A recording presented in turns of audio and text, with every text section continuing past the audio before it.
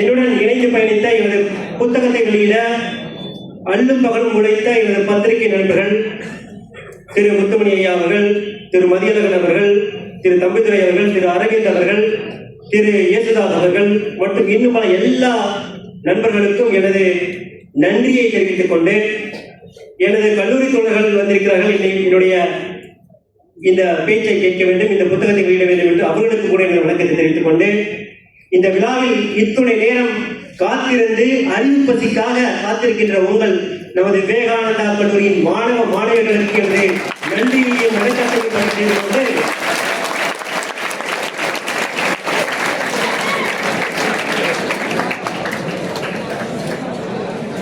எனது பேச்சை தொடங்க விரும்புகின்றேன். பத்திரிகை நண்பர்களுக்கும் வணக்கங்கள், பொதுமக்களுக்கும் வணக்கங்கள். பொதுவா ஒரு விஷயத்தை நம்ம பண்ணும்போது கன்ஃபியூசியஸ் சொல்றது, கன்ஃபியூசியஸ் யாரும் கன்ஃபியூஷன் ஆக வேண்டாம். கன்ஃபியூஷன் கிரேக்க தத்துவ ஞானி. பொதுவாக இந்த காலத்து தலைமுறைகளுக்கு நடைமுறை தமிழ் தான் பேசணும், அதனால் தூய தமிழுக்கு நடைமுறை தமிழ்ல பேசணும். கன்ஃபியூசியஸ் என்ன சொல்றாருன்னா, ஏதாவது ஒரு விஷயத்தை நம்ம பார்க்கும்போது ஏன், எதற்கு, எப்படி, இந்த 3 கொஸ்டின் நம்ம கேட்கணும். 3 கொஸ்டின் கேட்கணும். இப்ப நான் உங்களுக்கு ஏன் அப்படின்ற ஒரு கொஸ்டின் பதில் சொல்லணும். அந்த ஏன்ல 3 ஏன் இருக்குது. முதல் ஏன் விவேகானந்தா கல்லூரியில் நான் இந்த புத்தகத்தை வெளியிட வேண்டும் என்று நினைக்கிறேன், அதுக்கு முதல் கொஸ்டின். 2வது கொஸ்டின், ஏன் அக்டோபர் 15ஆம் தேதி இந்த புத்தகத்தை வெளியிட வேண்டும் என்று நினைக்கின்றேன். 3வது கொஸ்டின், ஏன் இவ்வளவு பேரை அழைத்து வந்து ப்ரோக்ராம் நடத்த வேண்டும், எங்க சாப்பிட்ற டைம் ஏயா கட்டடிச்சு காலி பண்றேன்னு சொல்லி அந்த கொஸ்டினுக்கு ஒரு ஆன்சர். ஸோ இந்த 3 ஏனுக்கும் நீங்க தெரிஞ்சுக்கலாம். இந்த ப்ரோக்ராம் முடிஞ்சதுக்கு அப்புறம் கண்டிப்பா உணவு இருக்குது, கவலைப்பட வேண்டாம். பின் குறிப்பு, முக்கியமான குறிப்பு, பசங்கள்லாம் பதிவுக்கு இருக்கிற என்னப்பா கொஞ்சம் காய்ச்சாங்களே, மேடம் சாணியை கல்வி பறவை எங்க தலையில சாணியை கல்வி கொடுக்குறாங்க. தயவு கவலைப்பட வேண்டாம். இதுக்கு உங்களுக்கு பொன்னான இனிப்பான இந்த செய்தியை சொல்லிக் கொள்கின்றேன். கண்டிப்பா உங்கள் வயிற்று பசிக்கு இல்லாத இந்த உணவு அறிவு பசிக்கு கண்டிப்பாக பயன்படும் என்ற கருத்தை முன்வைத்துக் கொண்டு சொல்கிறேன். முதலாவது ஏன், அதாவது ஏன் இந்த கல்லூரியை நான் சூஸ் பண்றதுக்கு, இந்த கல்லூரியை முதல்வர் திரு பி குமரேசன் ஐயா அவர்கள், திரு விட்டலையா அவர்கள் அன்பாக வரவேற்றார்கள். அவர்கள் பண்புக்கு நான் தலை வணங்குகின்றேன்.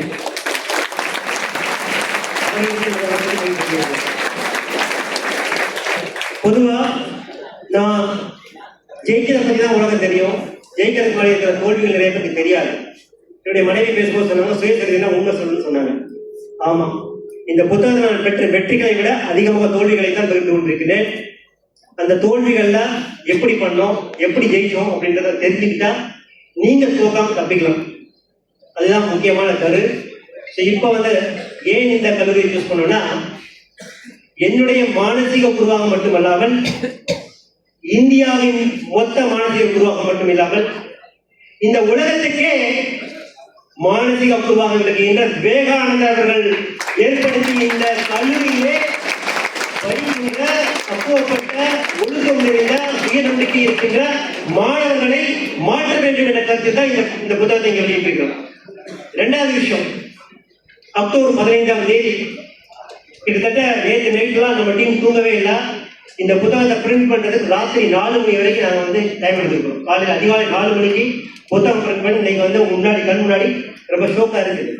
ஆனால் இதுக்கு பின்னாடி பல உழைப்பு செய்து ஏன் இந்த அக்டோபர் 15 சொல்லுவேன்னா, என்னை மட்டுமல்ல என்னை போல் பல்லாயிரக்கணக்கான பல கோடி இளைஞர்களுக்கு ஊக்கம் கொடுத்து ஆக்கம் கொடுத்து வழிகாட்டி நின்று கொண்டிருக்கின்ற இன்னும் வாழ்ந்து கொண்டிருக்கின்ற திரு அப்துல் கலாம் ஐயா அவர்கள் பிறந்த நாளில் அவர் உருவாக்கிய ஒரு மாணவன் இந்த புத்தகத்தை வெளியிட்டிருக்கிறார்.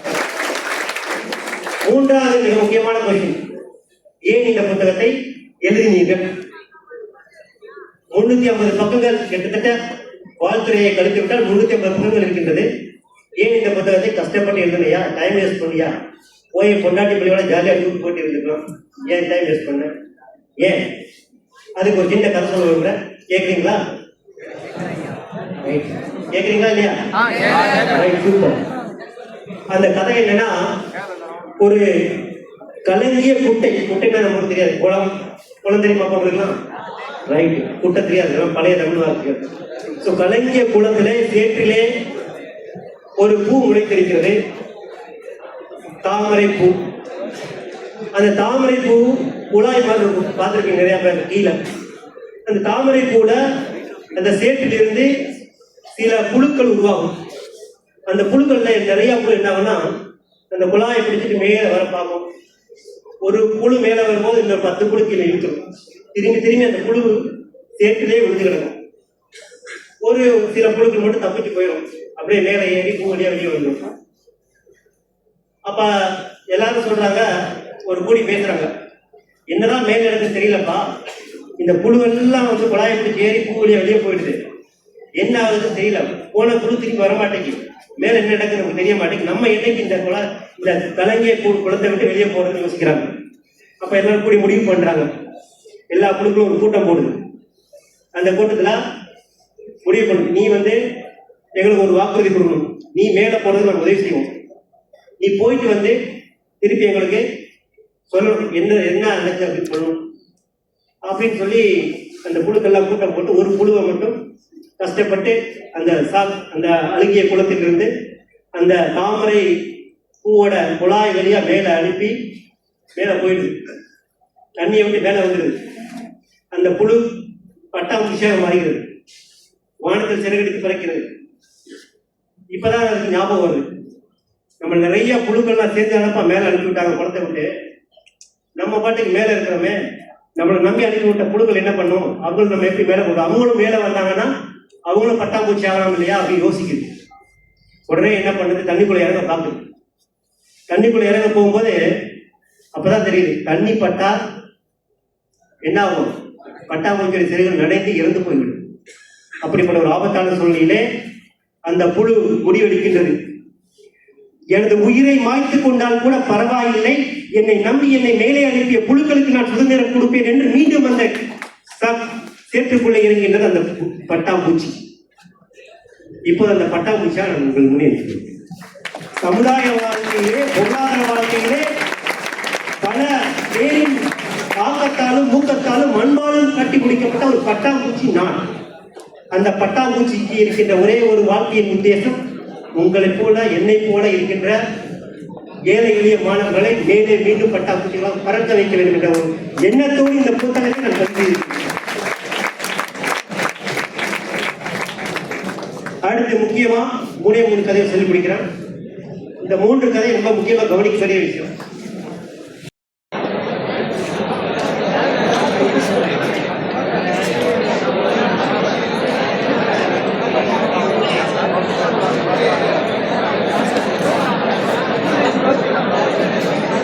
ஐயா, நீங்கள் கூறியது கதை அல்ல, இட்டது விதை.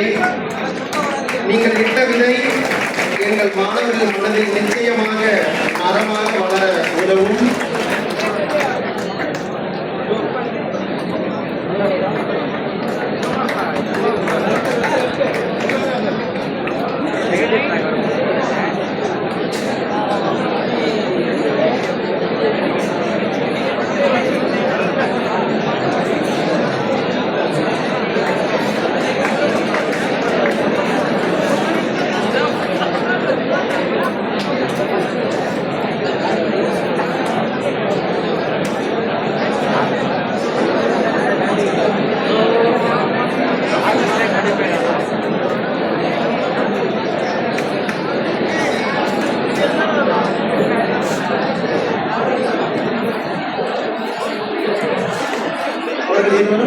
விடுதலை மாணவர்கள்.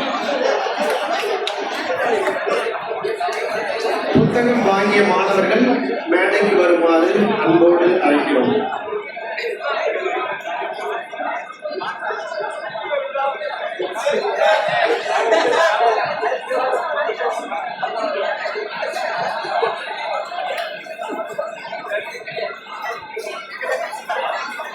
மாணவர்களே, உங்களுக்கு தெரியும் நீங்கள் பசியாக இருக்கிறீர்கள். இருந்தாலும் இவ்வளவு அமைதியாக இந்த கிட்டத்தட்ட 2 மணி நேரம் நடந்த இந்த நிகழ்வை நீங்கள் கவனித்தது எங்கள் அனைவருக்குமே மிகவும் சந்தோஷமாக இருக்கிறது. நம்முடைய புனித மூவர்களும் சந்தோஷமாக உங்களை ஆசீர்வதித்துக் கொண்டிருக்கிறார்கள். இதற்கு பிறகு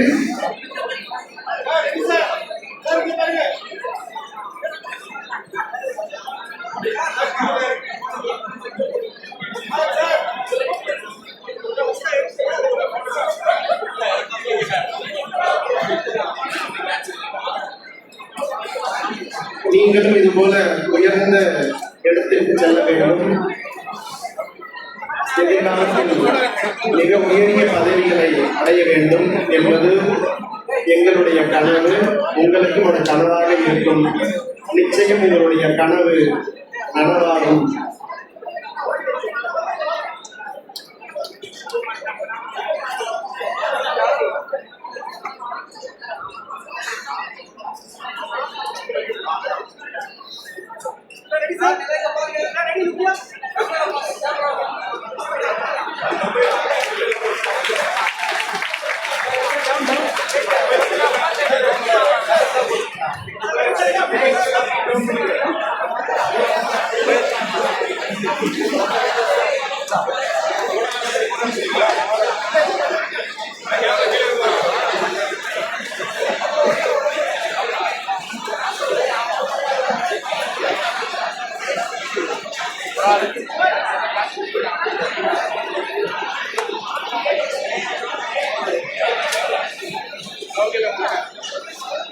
நன்றி.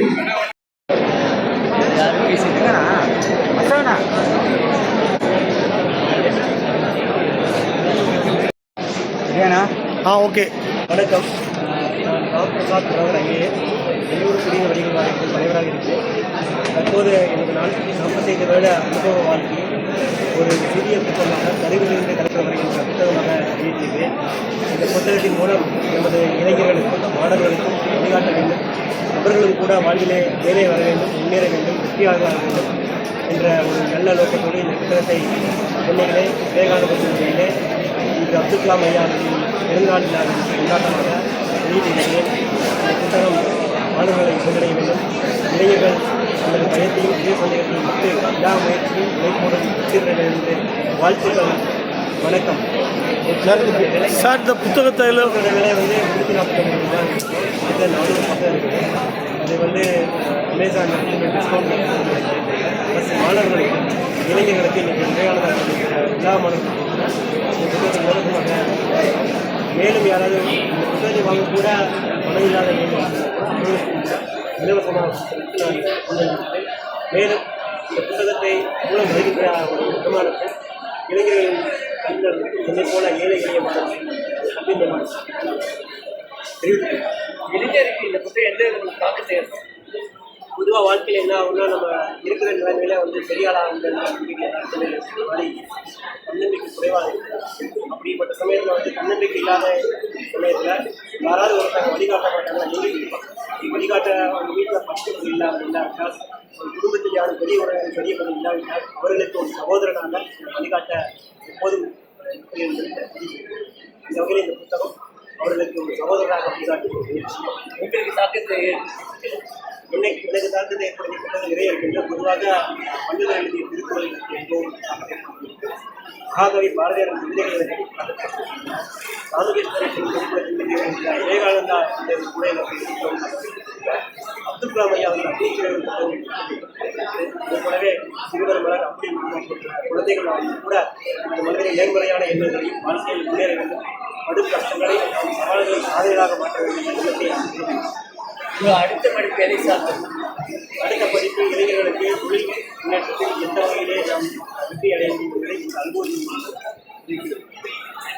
நன்றி நன்றி